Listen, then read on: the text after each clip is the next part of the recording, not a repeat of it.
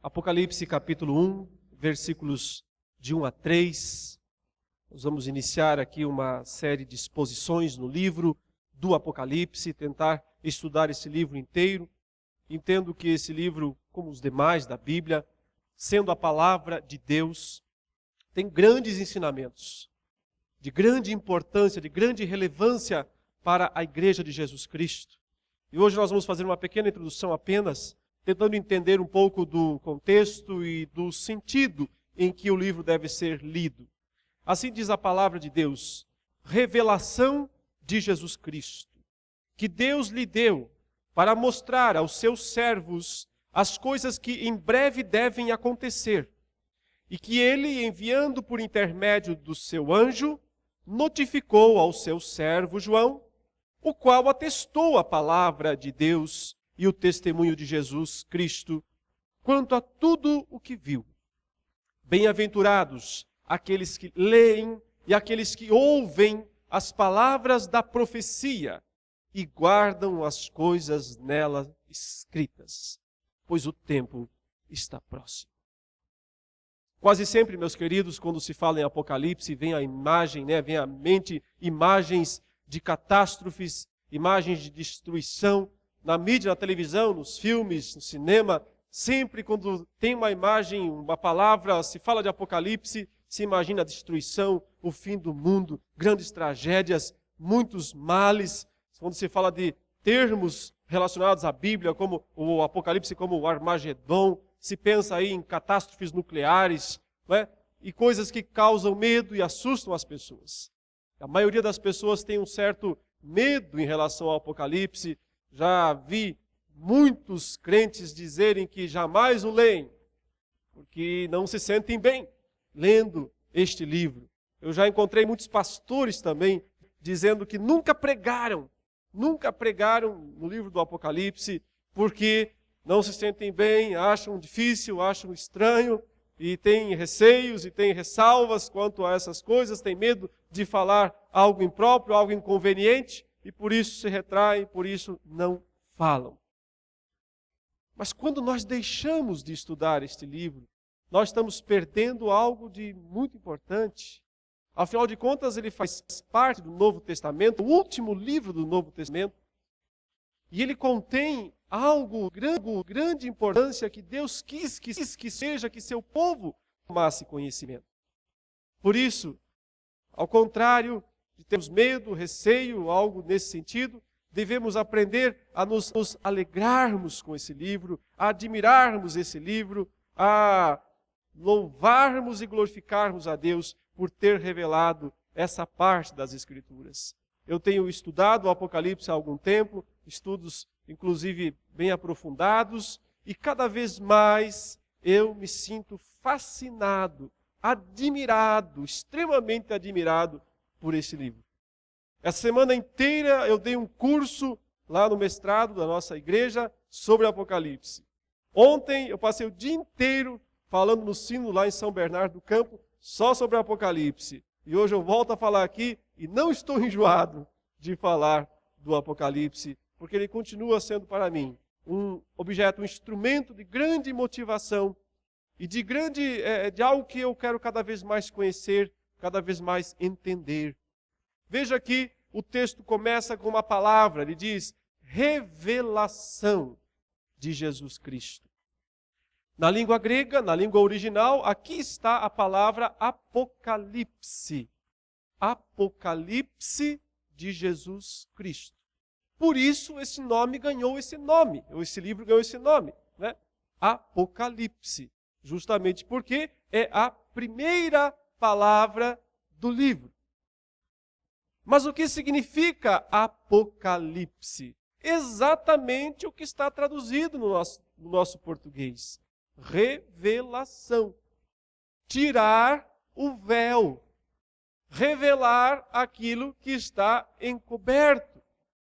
Então, ao contrário de significar algo misterioso, oculto, o Apocalipse é o que foi revelado. É uma revelação de Jesus Cristo, é isso que é dito. Foi o próprio Cristo que trouxe esta revelação aos homens. Por sua vez, o texto diz que foi Deus, o Pai de Jesus Cristo, quem deu essa revelação ao Senhor Jesus Cristo, e então o Senhor Jesus Cristo passou essa revelação a um anjo, e o anjo trouxe a João, e João escreveu, e por isso chegou até nós. É revelação do Senhor Jesus. Registrada, uma revelação registrada por João. Nós acreditamos e cremos que a base suficiente para insistir nisso, que foi João o apóstolo que escreveu este livro, que teve a visão, primeiramente dito, e depois registrou, depois escreveu o livro. João, o último dos apóstolos, o que viveu mais tempo, havia até mesmo uma lenda lá de que ele não morreria, isso está registrado no final do Evangelho de João.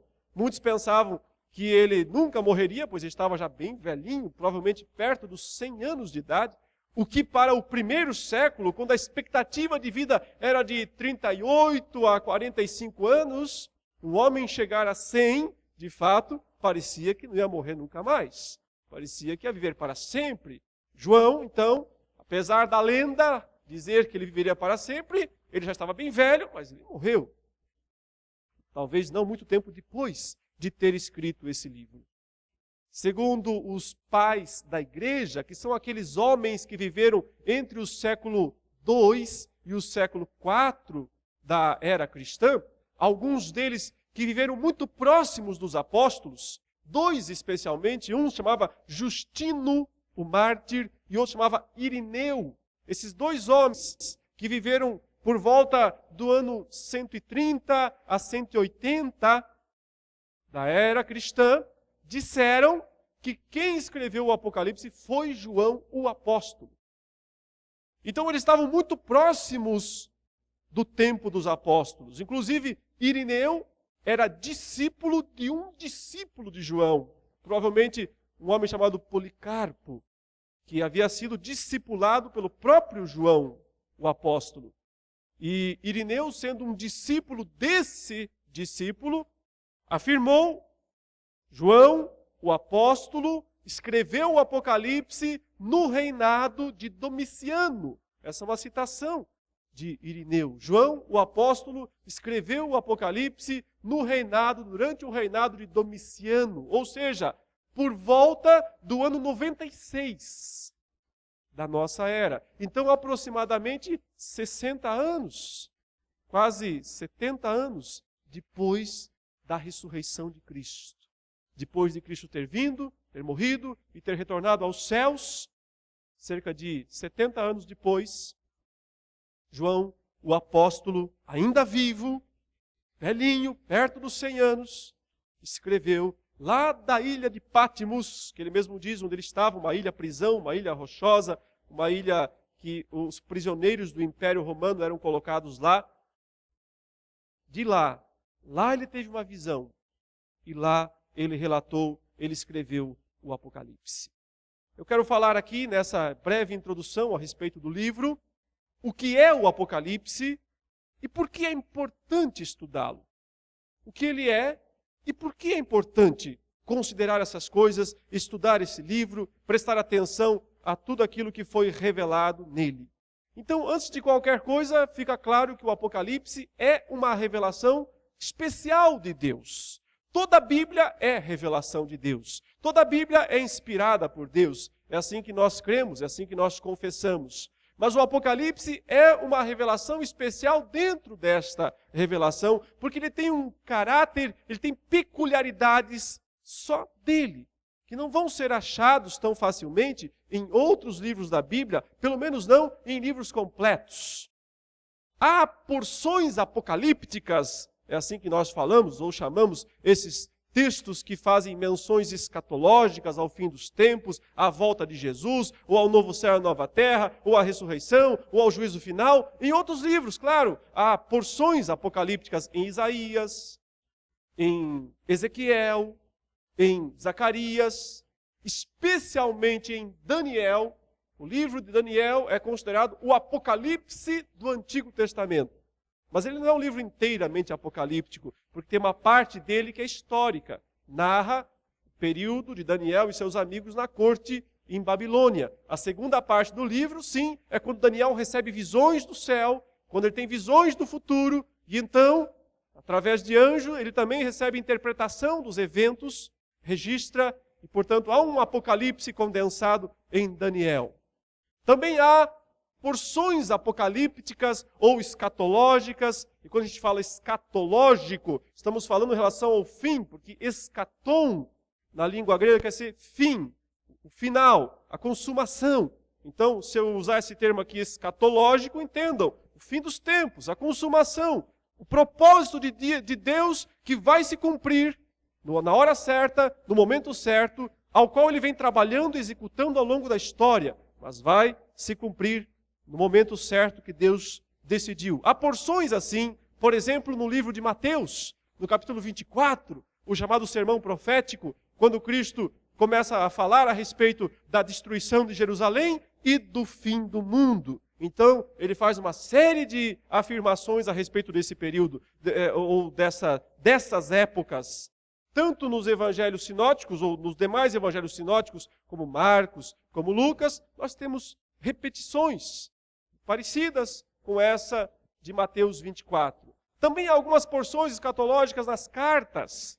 Por exemplo, as 2 cartas aos Tessalonicenses e o capítulo 15 de 1 aos Coríntios tem grandes porções que a gente chama escatológicas, porque falam do futuro, porque dizem como vai ser a ressurreição, como será a segunda vinda de Jesus, quem será e quando aparecerá o anticristo. Então nós precisamos estudar o Apocalipse tendo em mente essas outras porções das Escrituras. Porque o Apocalipse, embora seja singular no sentido de que ele é do início ao fim, do primeiro ao último capítulo, totalmente apocalíptico ou escatológico, mas ele não é o único livro da Bíblia que tem essas partes, essas porções. E nós devemos comparar os textos para então chegar a uma compreensão. O que há de especial, então, no estilo apocalíptico de escrever? Há uma linguagem misteriosa, aparentemente, cheia de figuras, cheia de símbolos, cheia de números, cheia de cores, visões espetaculares, anjos, demônios, cidades gloriosas. É um estilo que não deve ser interpretado literalmente. Porque esses símbolos, essas figuras, essas descrições fantásticas querem transmitir uma mensagem que na maioria das vezes é simples. E as pessoas se perdem justamente porque se deixam levar pelas imagens fantasiosas e fantasiam ainda mais, e aí vão para mais longe do significado. Quase sempre o próprio texto já traz embutido nele o sentido simples, claro, que está por trás das descrições extraordinárias. Deus quis usar esse estilo literário para comunicar sua verdade. Ele quis fazer isso. Então nós devemos aceitá-lo e tentar entendê-lo.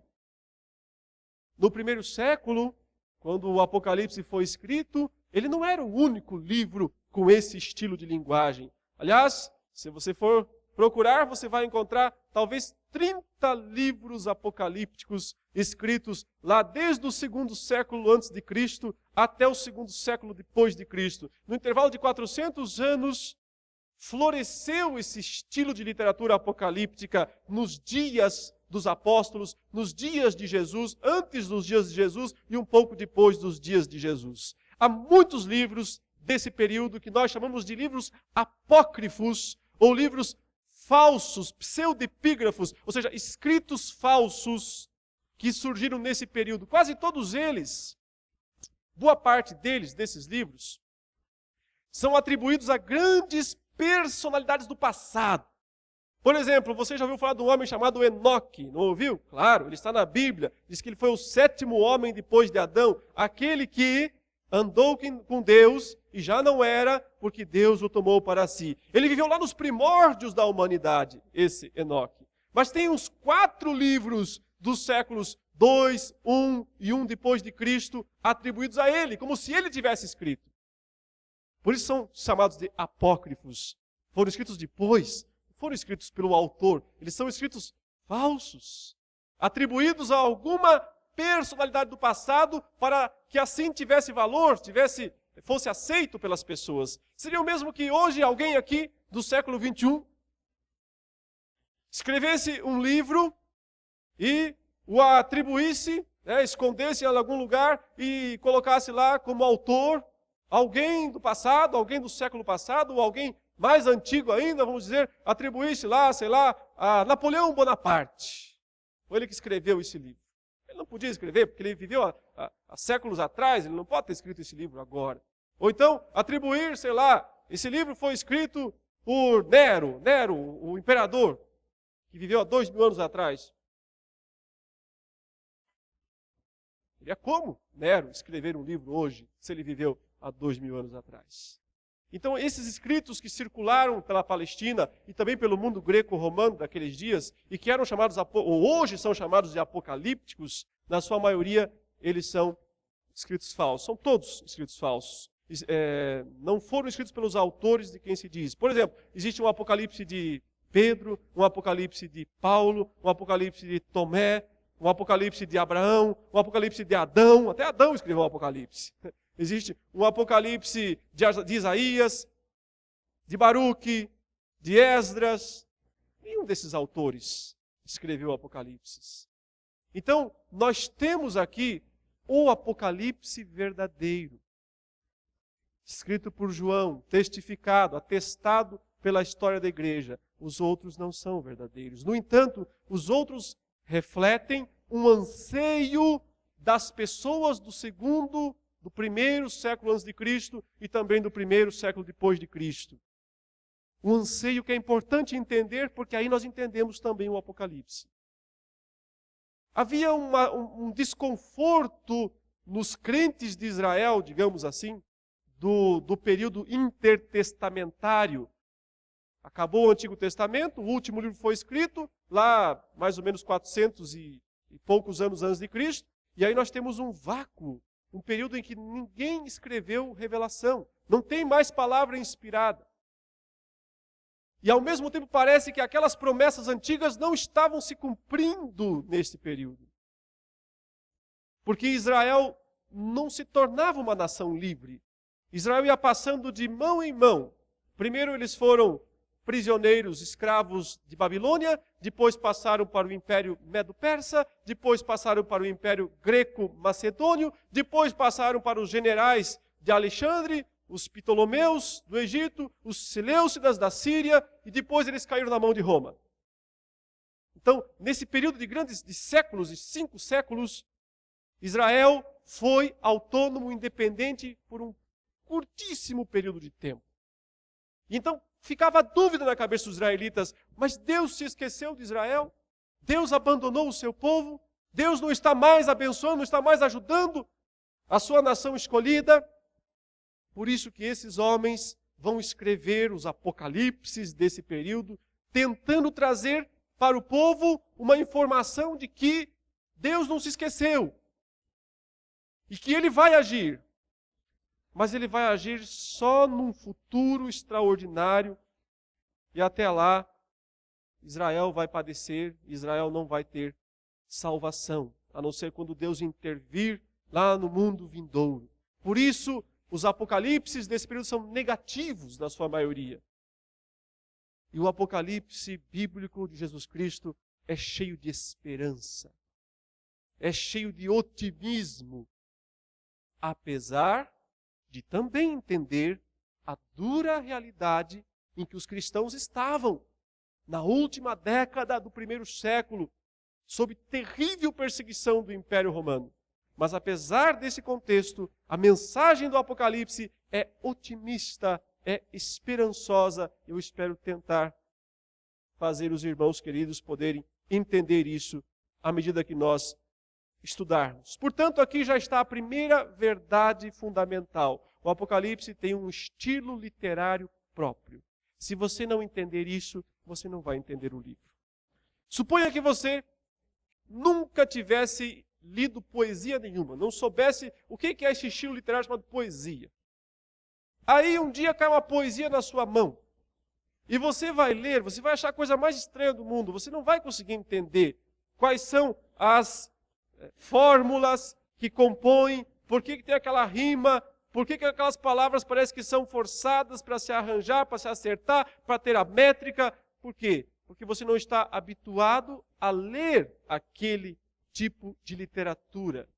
Então a questão fundamental é essa. As pessoas hoje não entendem o Apocalipse em grande medida porque elas não estão habilitadas a ler o estilo de literatura que o Apocalipse é. Precisa entender isso. Se entender isso, vai ficar mais fácil, vai ficar mais claro, a compreensão do texto será mais tranquila.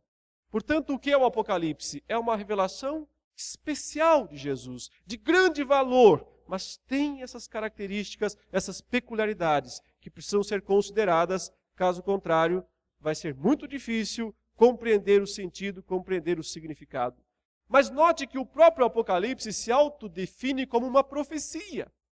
Ele diz isso daí, que o Apocalipse é essa revelação de Deus, que ele passou a Jesus Cristo, que Jesus passou ao seu anjo e que o seu anjo entregou ao apóstolo João, uma profecia atestada, uma profecia verificada, essa ideia, por João, que viu, que enxergou, que comprovou, ele é testemunha ocular, ele não está narrando algo que falaram para ele, está narrando aquilo que ele viu.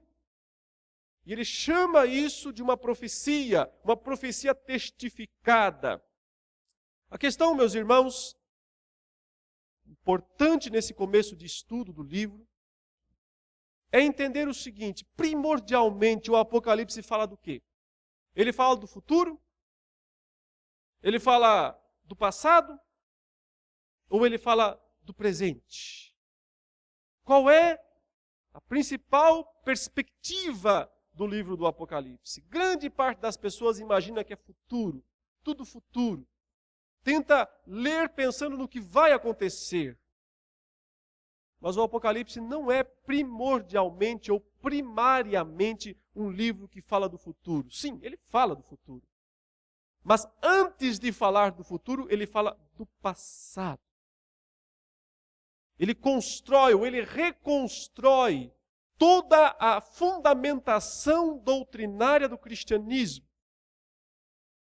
que já aconteceu. Imagine, João está lá vivendo no ano 96. Jesus Cristo nasceu há 90 e tantos anos atrás. Ele morreu, ele ressuscitou 60, 70 anos atrás. Esses eventos são centrais e estão sempre sendo relembrados no livro. Então, o Apocalipse, mais do que tudo, ele fala do passado. Ele resgata o passado, ele eleva o passado, ele traz, revela o significado profundo daqueles eventos relacionados ao nascimento, à vida, à morte, à ressurreição e à ascensão de Jesus. Esses eventos são centrais. Grande parte do Apocalipse faz referência a isso.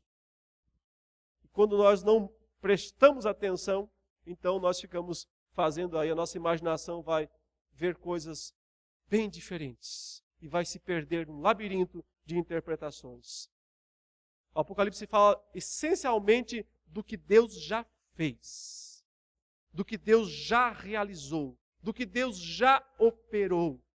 Porque o que Deus já fez, os feitos de Deus já realizados, são a base, o fundamento sobre o qual Ele vai construir o futuro. O futuro não está solto, o futuro não é uma mera previsão, não é uma mera probabilidade. O futuro é certo, é garantido. Por quê? Porque ele é construído sobre o fundamento do passado.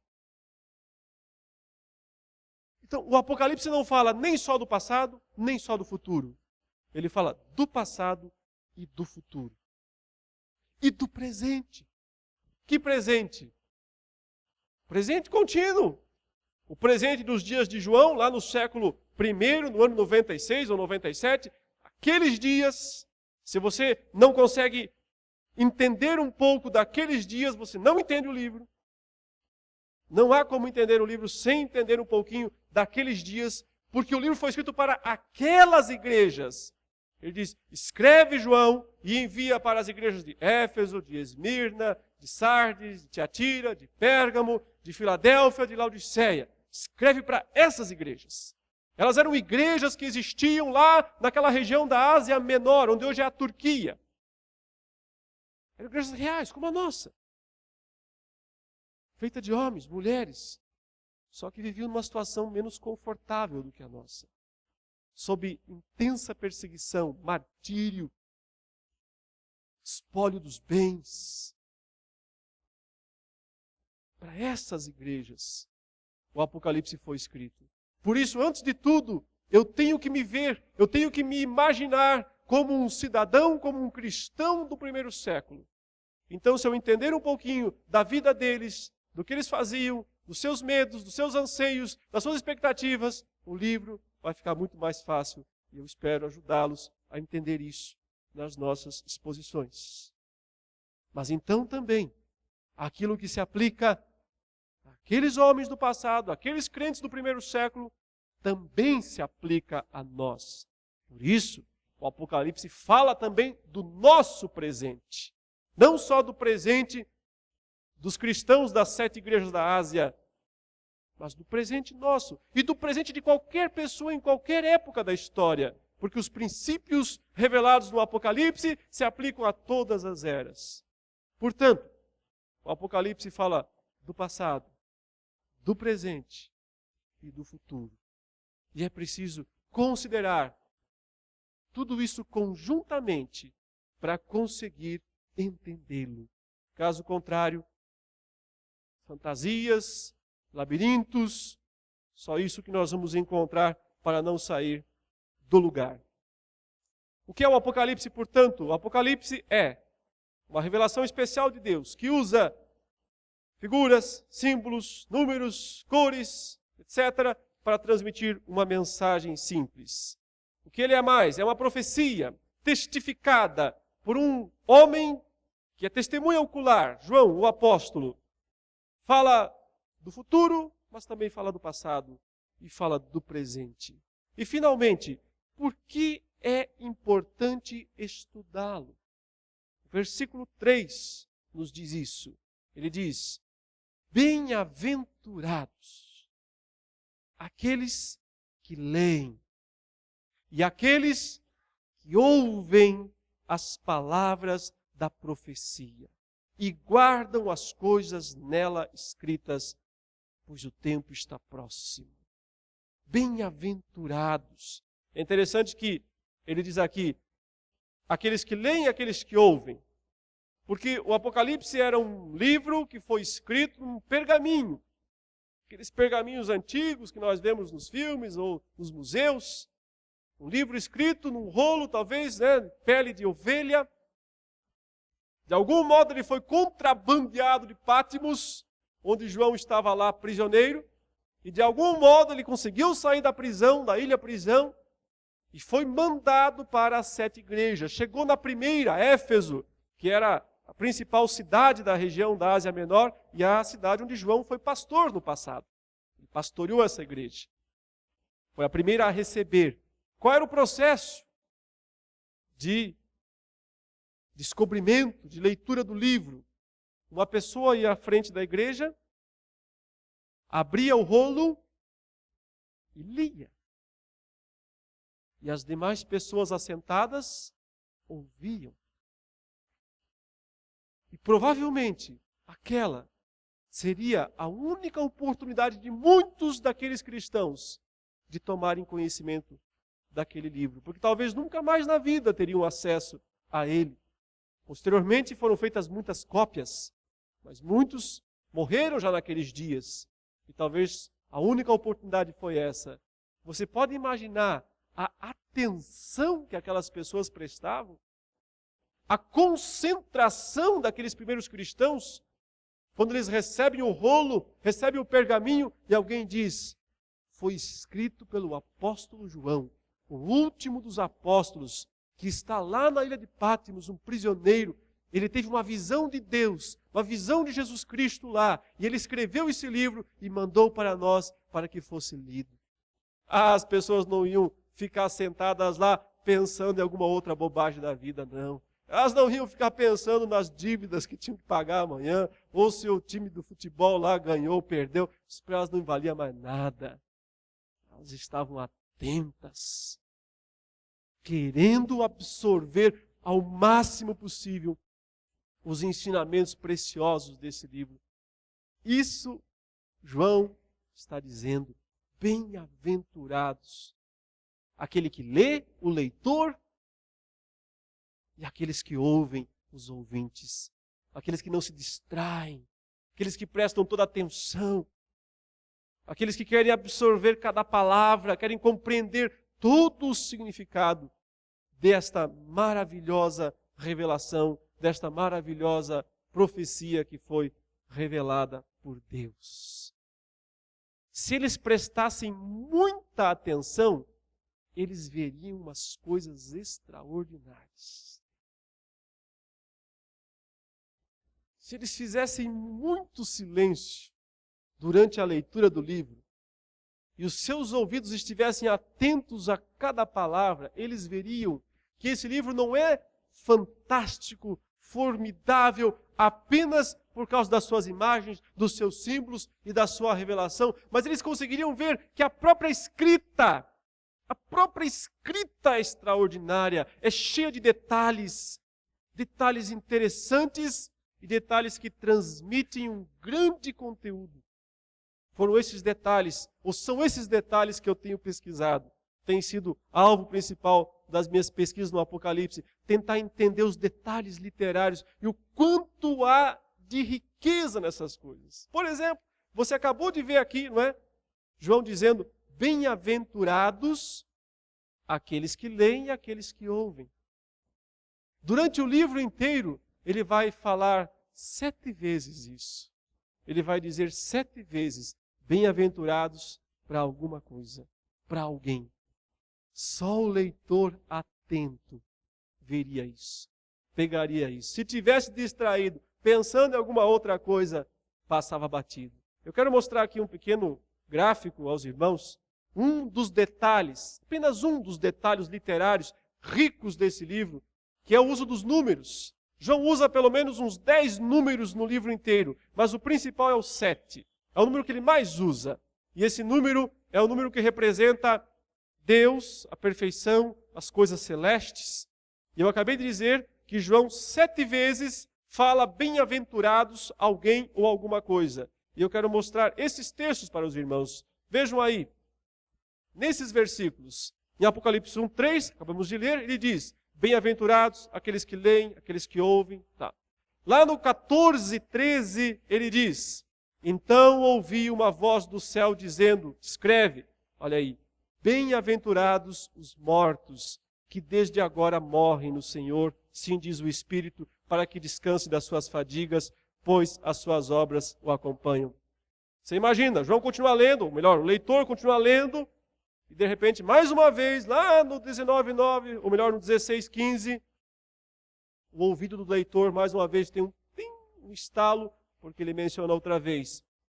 Eis que venho como vem o ladrão. Bem-aventurado aquele que vigia e guarda as suas vestes, para que não ande nu e não se veja a sua vergonha. Continua a leitura, no 19:9.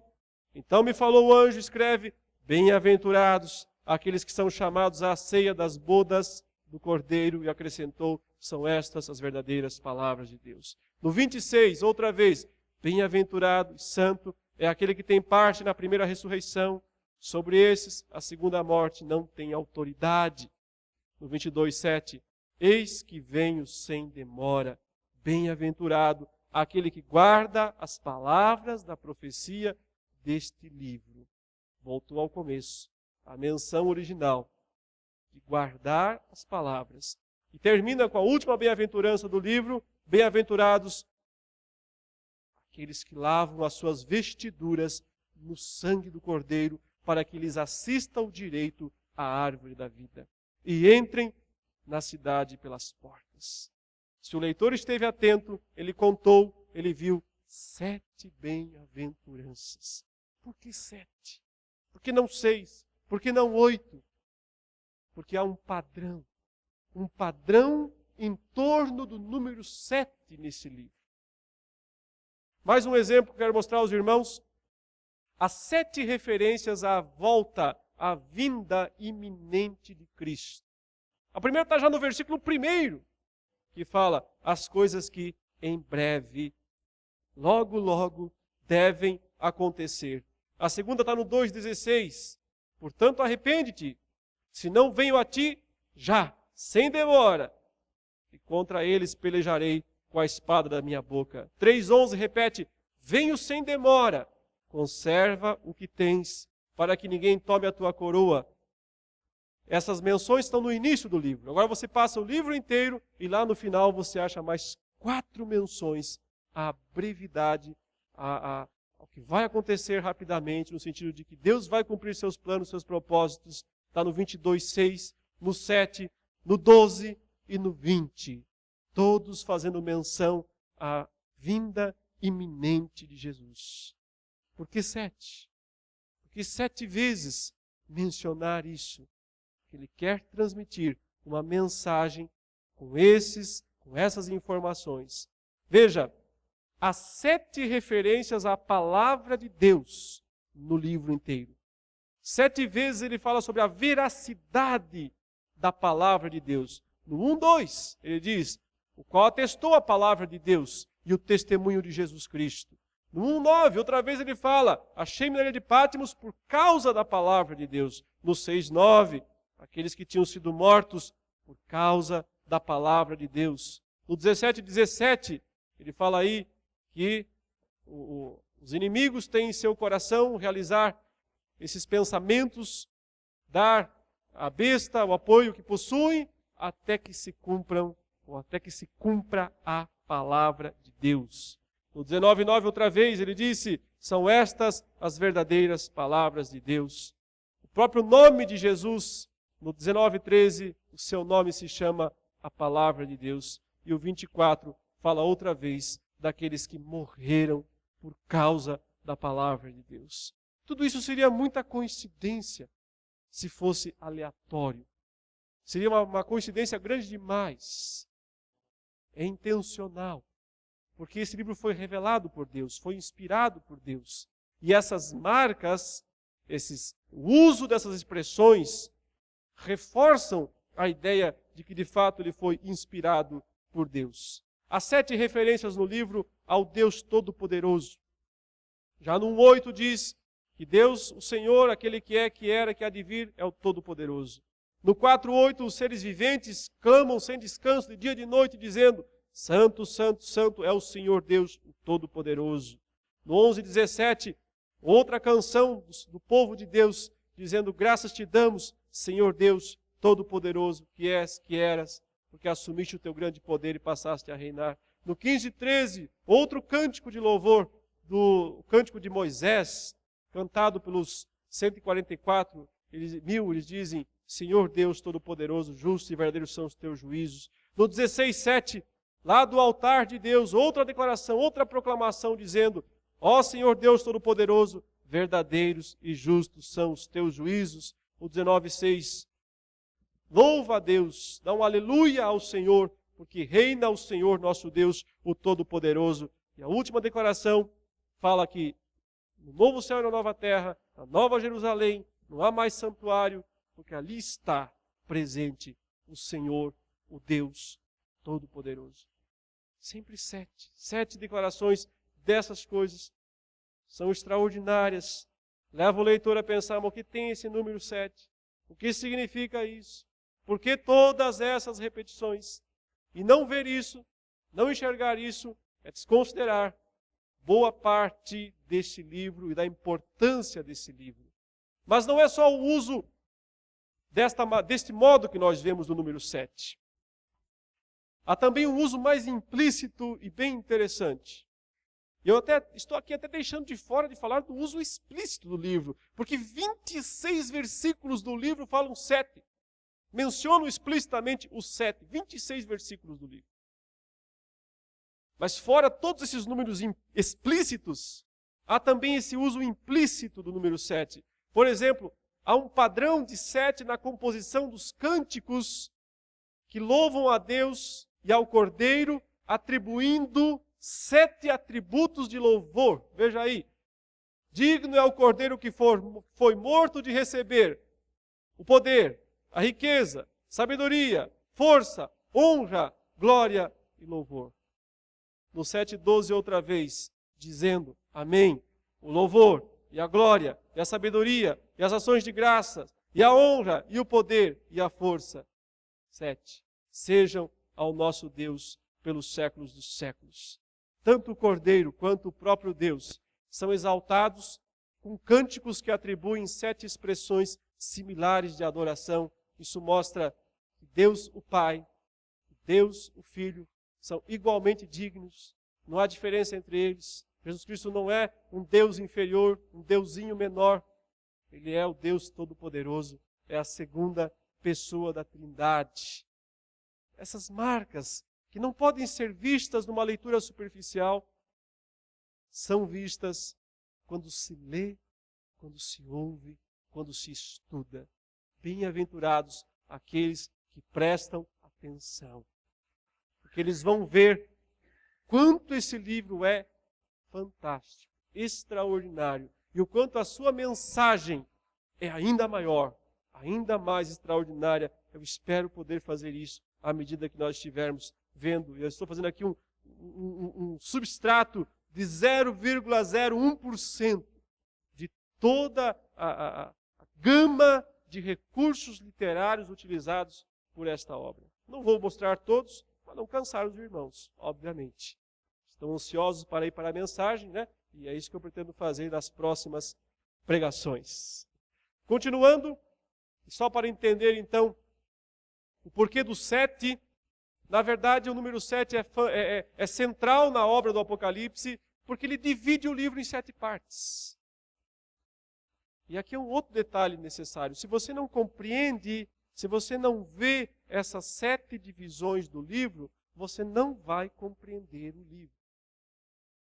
Um problema, ou talvez o grande problema, a causa da maior parte dos erros de interpretação de Apocalipse, é considerar ele como uma história que vai do capítulo 1 até o capítulo 22, como sendo cronológico. Uma história linear, ou seja, os eventos do capítulo 2 vêm depois do 1, do 3 depois do 2, do 4 depois do 3, do 5 depois do 4, do 6 depois do 5, e assim até o 22.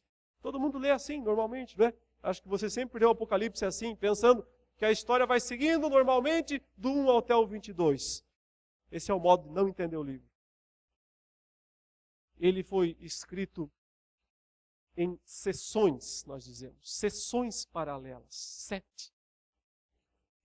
Porque sabemos, porque há marcas claras disso, não só pela abundância do número 7, que eu já mostrei aqui resumidamente, mas porque nós temos marcas claras de divisão. Por exemplo, do capítulo 1 até o capítulo 3, nós temos os 7 candeeiros de ouro, as 7 igrejas. A carta de Jesus, ou as cartas de Jesus, há 7 igrejas. Dos capítulos 4 a 7, nós temos 7 selos. O Cordeiro coroado nos céus, que pega em suas mãos o livro e abre um livro que tem 7 selos. Dos capítulos 8 a 11, nós temos 7 trombetas, que são tocadas após a abertura do 7º selo, mas elas não são sequência do 7º selo, elas estão contando outra vez a história, elas estão contando a mesma história. Por exemplo, no capítulo 12 a 14, nós temos a descrição da batalha do dragão com a mulher e com o filho varão, e depois o pronunciamento de 7 vozes, 7 ordens, 7 vozes celestes, sempre dito, uma grande voz, ouvi uma grande voz, com elas e dá 7. Dos capítulos 15 a 16, nós temos as 7 taças. 7 taças que são taças da ira, taças da cólera de Deus, que são derramadas na terra e produzem grandes destruições na terra. São as 7 taças. e nós temos mais duas divisões ainda um pouco mais subjetivas do que as anteriores, mas que podem ser enumeradas como sendo, dos capítulos 17 a 19, as 7 visões de julgamento, e dos capítulos 20 a 22, as 7 últimas visões do livro, as 7 visões da consumação. Todas começando com a palavra vi, então vi, então vi. Conte-as nas 7. O que isso significa? Que essas sessões aqui, elas não são contínuas, elas são repetitivas, elas são circulares. João vai contar a mesma história 7 vezes. Ele vai contar a mesma história nas 7 sessões. Por isso que se você ler cronologicamente, como se fosse uma sequência do 1 ao 22, você não vai entender nunca. Sabe por quê? Porque aí vai parecer que o mundo vai acabar uma meia dúzia de vezes. Que Jesus vai voltar umas 4 vezes. Que vai ter umas 3 ressurreições. Que vai ter não sei quantas batalhas finais. E na verdade, só tem uma vinda de Jesus, só tem uma ressurreição, só tem um juízo final, só tem uma consumação de todas as coisas, só tem uma ressurreição. Mas ele reconta a história 7 vezes. É uma técnica. Bem-aventurados aqueles que ouvem. A repetição ajuda. Quando o processo de aprendizado é auricular, né? É para ouvir, repetir a história. É um modo de ir fixando o material, o assunto na mente do ouvinte. Por isso que os pastores repetem bastante também quando eles pregam. É o único jeito. Senão não grava-se. Aqui, João repetiu a mesma história 7 vezes. Se você entende isso aqui, vai ficar muito mais fácil, muito mais simples você ler o Apocalipse e compreender a história dele. Mas ele não repete simplesmente como um papagaio, repetiu a mesma coisa exatamente. Ele conta a mesma história. Que história? Da primeira até a segunda vinda de Jesus e a ressurreição e a consumação e o juízo final, enfim, esse período inteiro. Essa é a história que ele conta. Da primeira à segunda vinda de Jesus e todos os eventos principais da redenção que acontecem nesse período, com foco lá atrás e lá na frente. Sempre. Lá atrás e lá na frente. O que Cristo já fez na sua primeira vinda, o que Cristo fará na sua segunda vinda. Se você ler com esses óculos, você vai entender bem mais facilmente a mensagem do livro.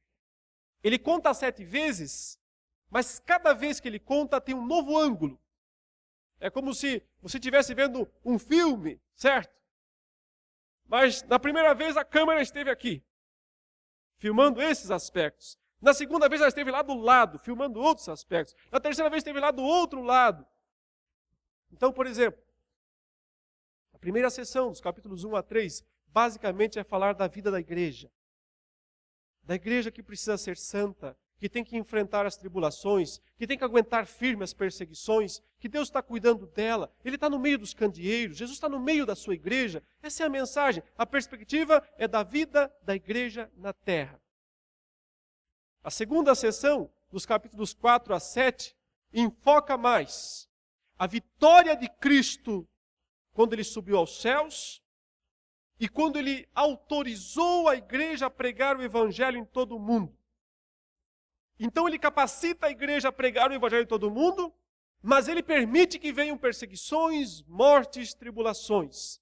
Então a ênfase aqui dos capítulos 4 a 7 é a vitória do testemunho, a vitória da igreja no seu testemunho, mas ao mesmo tempo o sofrimento que ela precisa enfrentar, que ela tem que aguentar diante do mundo, das perseguições do mundo.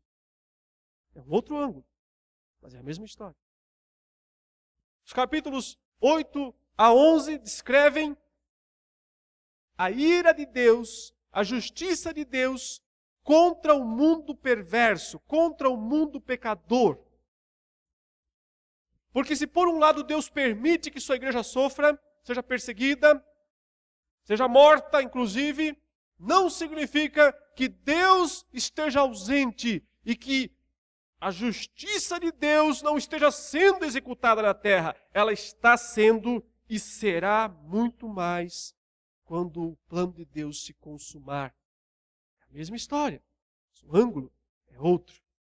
Depois dos capítulos 12 a 14, o ângulo sobe, vai lá no céu e vai descrever do alto a batalha verdadeira que está por trás da física. A batalha física é o seguinte: cristão morrendo nas mãos do Império Romano. É isso que é a realidade do primeiro século. Os cristãos morrendo nas mãos do Império Romano. Agora, João vai dizer, por trás disso, há algo muito maior. Há uma batalha muito maior. É um dragão grande, terrível. E ele está perseguindo a mulher que deu à luz ao filho. Quer dizer, a descendência prometida de Israel, que dá origem ao Messias. E depois, aqueles que creem no Messias, vai chamar aliados, uma besta do mar, um monstro terrível. Vai chamar um outro aliado, a besta da terra, um outro monstro terrível. E depois vai ter um terceiro aliado ainda, que é Babilônia, representando os vícios, os pecados, os prazeres do mundo. E vai dizer, com esses aliados, ele tenta desestimular a igreja, ele tenta marcar a igreja com a marca do mundo, do mundanismo. A história é a mesma, mas a ênfase, a perspectiva é outra. Os capítulos 15 e 16 são as 7 taças. Aí é o momento de Deus mostrar como será o derramar da sua ira plena no mundo. Nas sessões anteriores ele mostrou parcialmente essa ira. Como é que ele derrama parcialmente? Nessa sessão, os capítulos 15 e 16, ele mostra como ele fará isso plenamente. E finalmente nós temos as últimas visões do livro, que são dos 17 a 19, a destruição de Babilônia, do anticristo e do falso profeta, e finalmente na última, dos 20 a 22, o juízo final, o novo céu e a nova terra, o mundo vindouro. Se nós vermos essas marcas, entendermos essas divisões, nós vamos compreender a história com muito mais clareza. Depois de ouvir 7 vezes, a pintura do quadro que João estava pintando se torna completa. É como se ele tivesse, em cada contagem, cada vez que ele conta uma história, ele coloca algumas peças lá do grande quebra-cabeça. Ele coloca peças do início, peças do meio, peças do fim. Uma passada de peças no grande quebra-cabeça. Você olha, enxerga algumas coisas, mas está muito incompleto. Ele conta a segunda vez a história. Ele preenche mais espaço, coloca peça aqui, peça lá, peça lá, peça aqui, peça lá. Agora você tem já uma visão melhor da história, mas falta muita coisa ainda. Então ele conta a terceira vez a história, e aí ele coloca mais uma peça aqui embaixo, outra lá, outra lá, outra lá, outra aqui, daqui. Opa, agora dá para ver umas imagens mais claramente, dá para entender melhor, mas ainda está faltando alguma coisa. Só quando contar a 7ª vez. Ele preenche as peças que ficaram, que sobraram. E aí, você tem a visão do todo. Você tem a visão do quadro completo e compreende a grande história de Deus, que não é do futuro, já começou lá no passado, quando Cristo veio, quando Cristo viveu, quando Cristo morreu, ressuscitou, subiu aos céus. É ali que tudo começou. A vitória de Jesus não está no futuro, está no passado. Ele já venceu. Por isso nós, a igreja, somos mais do que vencedores. Não importa o que teremos que enfrentar, as perseguições que vierem, as leis impostas, a violência imposta, que vier do mundo, não importa o que acontecer. Firmados na vitória de Cristo lá atrás, nós seremos sempre mais do que vencedores. É isso. Essa é a grande mensagem principal desse livro. Eu espero, então, em breve, poder explicar com mais detalhes as passagens, os textos. Os irmãos verão que a mensagem é simples, no fundo, muito simples, e usa essas figuras, esses recursos extraordinários. Entendendo isso, fica muito mais glorioso e nós podemos, assim, glorificar ainda mais a Deus. Oremos ao Senhor, curva a sua cabeça, feche seus olhos. Senhor Todo-Poderoso, Senhor dos céus e da terra, Jesus Cristo, que é o Rei dos Reis, o Senhor dos Senhores, que está no céu, entronizado, glorificado, governando e comandando todas as coisas. Ele deu essa revelação a João e por providência ela chegou até as nossas mãos para que a estudemos, para que meditemos, para que sejamos consolados, confortados, fortalecidos nesta mensagem. Que o teu Espírito, ó Deus, que está presente, foi quem inspirou esse texto. Ilumine a cada coração, a cada mente, nesse processo aqui de ler e de ouvir a mensagem do Apocalipse. E que isso seja bênção e grande crescimento espiritual para cada um de nós. Em nome de Jesus. Amém.